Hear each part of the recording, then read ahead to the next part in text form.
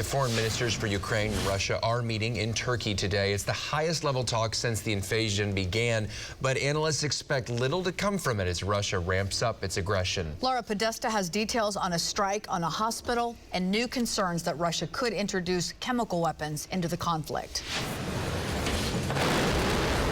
A maternity hospital in the besieged port city of Mariupol became the latest civilian target hit by Russian forces.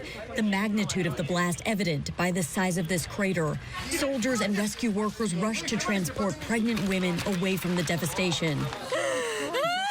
Ukraine's president called the strike a war crime. It is horrifying to see the type of the barbaric use of military force to go after innocent civilians. The White House is now warning the Kremlin might be planning to use biological or chemical warfare to create a false flag operation to then blame on Ukraine and the U.S. Ukrainian officials, meantime, are sounding the alarm on the captured Chernobyl nuclear power plant, warning it's been disconnected from the power grid.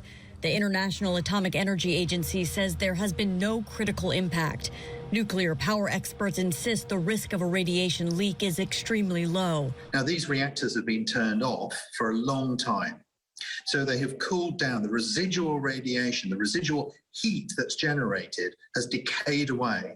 And as a consequence of that, the reactors are no longer in danger of melting down. This all comes as Russia struggles to make ground. A U.S. official estimates 5,000 to 6,000 Russian soldiers may have died in the first 2 weeks of battle, though caution those numbers are difficult to verify. Laura Podesta, CBS News. Vice President Kamala Harris landed in Poland last night. Today she'll be meeting with the Polish president and the Canadian Prime Minister Justin Trudeau. They'll be discussing providing aid to Ukraine and supporting the refugees.